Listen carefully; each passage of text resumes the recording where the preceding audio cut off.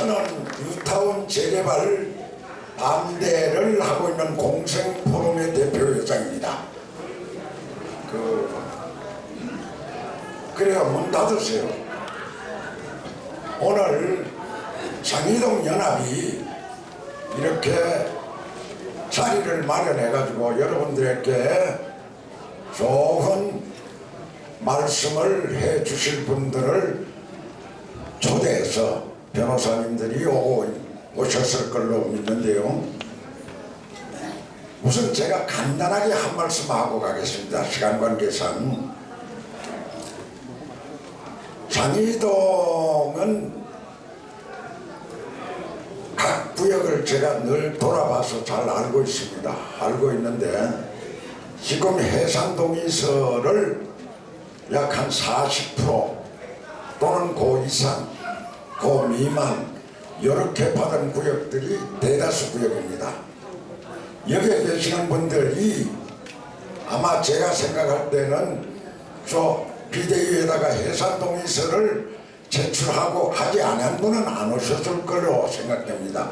모두 해상동의서 제출했죠? 네. 그럼 재개발을 해서는 안 된다 하는 것은 다 알고 계시는 사실이기 때문에 부원해서 다른 얘기는 안 하겠습니다. 안 하겠는데 저희 공생포럼에서 지난 선거 때도 장인시장 입구에서 서울시장님하고 대화를 제가 했습니다. 알고 계시죠? 그때 서울시장님한테 요청한 것이 많았는데 오늘도 서울시 관계자도 여기 와 있는 걸로 내가 알고 있습니다. 우리는 경기도와 같이 25% 해상이 안 되면은 30%라도 조합 해산을 시킬 수 있도록 해달라고 얘기를 했고, 그걸 관철시키려고 서울시에 줄기차게 접촉도 하고 대화도 했습니다. 지난주에 제가 또 서울시에 갔을 때 박원순 시장은 못 만났지만은 고위 관계자를 만나서 협의한 끝에 서울시가 이달 말 아니면 8월 초에 뉴타운 재개발 정책을 발표하게 됩니다. 이 발표문에 뭐가 들었느냐, 우리가 가장 궁금한 조합 해산을 어떤 방법으로 해줄 것인가 하는 것이 문제인데, 아직 발표되지 않는 내용을 제가 말씀드리면은, 원래 서울시 계획안은 내가 보니까 해상동의서 40%, 다음에 현금 청산자가 40% 넘는 곳, 이런 곳들은 서울시장 직권으로 해산시키겠다 하는 게 방침이었는데, 아마 그 계획 수립안을 지난주에 시장님한테 보고를 하니까 서울시장님은 높다, 더 낮추라고 얘기했답니다. 그래서 그 이하로 내려갈 가능성이 많습니다. 그러니까 여러분들 희망 잃지 말고 내 집을 지킨다는 각오로 각 구역에 하고 있는 비대위에 협력해서 해상동의서를 더 많이 받도록 이렇게 해주시면 대단히 고맙겠습니다. 그 다음에 조합에서 늘 공갈치는 사업비를 청산자에게 물린다. 해상동의서 낸 사람한테 물린다. 이 사업비와 매몰비용은 엄연히 다릅니다만은 요거는 어디까지나 협박이고 공갈입니다. 어제 10시에 서울고등법원에서 판결한 것을 제가 보니까 만리 2구역이 있는데 현금 청산자에게 조합에서 사업비를 물어내라고 소송을 했는데 1심, 2심 다 기각 판결이 났습니다. 그래서 절대로 사업비를 물어주지 않는다 하는 것을 알고 계시면 되겠고요. 또 앞으로 이 장이 12구역 같은 경우도 비대위원장이 설명을 할 거니까 전혀 걱정할 사항 아닙니다. 이게 전부 협박 아니면 공갈입니다.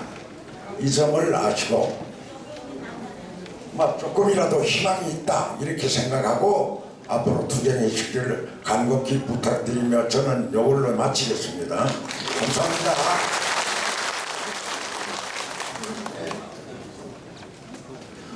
다음은 김신영 운영위원장님의 주도하에 설명회를 시작하겠습니다. 잘 경청하시고 여러분들이 현명한 판단을 하시기 바랍니다. 감사합니다.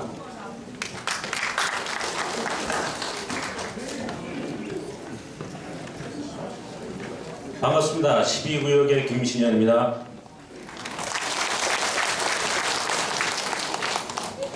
일단 저희들이 마음이 좀 급해서 천천히 해도 될 해산을 타구역보다 빠르게 진행해서 여러분들한테 가압류 소식을 전하게 되고 해산하시는데 좀 동의서 받으시는데 좀 어려움을 드리게 된 데 대해서는 대단히 죄송하게 생각하고 있습니다. 자, 오늘은 이 저희들 장리 12구역이 해산이 되고 나니까 시공사인 대림에서 연대보증한 임원들한테 가압류를 넣은 상태고요.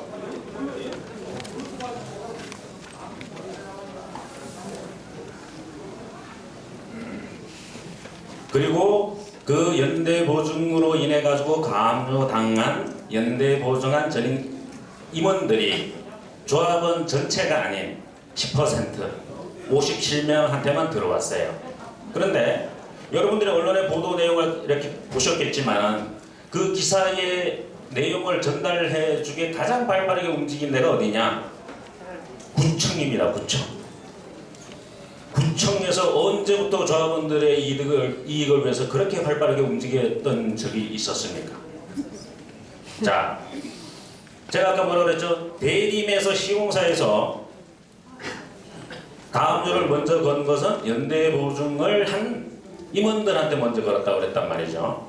근데 그 내용은 구청에서 전달하지 아니하고 조합원 전체도 걸지 못하는 일부분한테 10%밖에 안 되는 사람들한테 걸은 것을 마치 엄청난 새로운 뉴스인 것처럼 조합원들을 위하는 것처럼 기자들을 불러가지고 알려줬다는 데 대해서 앞으로 세금을 더 내서 그 열심히 일하는 공무원 월급을 한 2배 더 주자고 청원을 하고 싶습니다.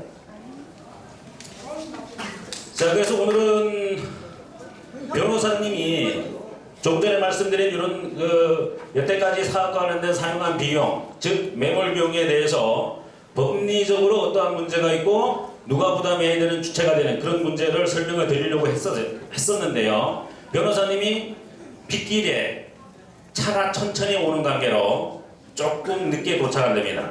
그래서 저희들이 자체적으로 준비한 내용을 먼저 말씀을 드리고 변호사님이 도착하시면 변호사님 먼저 강의를 하시고 제가 준비한 걸 2차적으로 진행하도록 하겠습니다. 방송실 죄송하지만 아까 제가 준비한 1번 PDF 좀 열어주시겠습니까?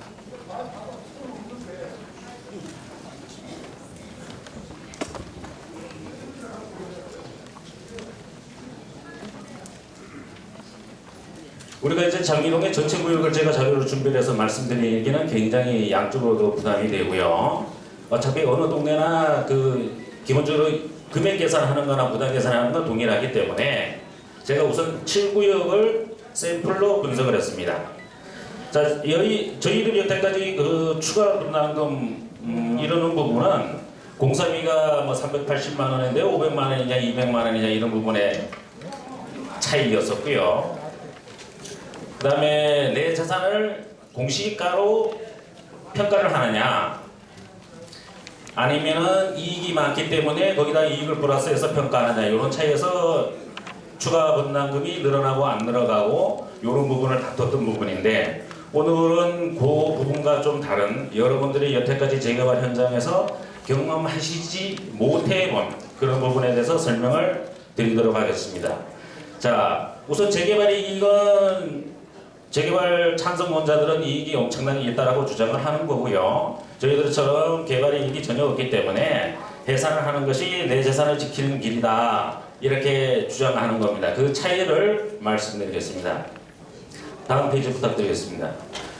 자, 저희들이 구청이나 서울시에서 처음에 실태조사를 한다는 목적은 처음에는 여러분들한테 정확한 추가 분담금을 알려드릴 테니까 판단을 하시고 사업을 진행할 건지 안 할 건지는 여러분들이 판단하십시오라고 정중하게 안내를 받았었죠.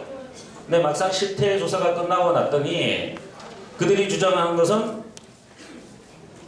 계략적인 추정 분담금입니다. 처음에 정확한 추가 부담금이 계략적인 추정 분담금으로 바뀌었다는 거죠. 이거는 엄청난 차이입니다. 다음 페이지요. 자, 여러분들이 또 하나 모르고 있는 부분이 있습니다. 실태조사는 결과적으로 원가가 얼마 들어가고 나한테 이득이 얼마고 손해가 얼마라고 하는 부분은 금전적으로 환산이 돼야 되는 부분이거든요.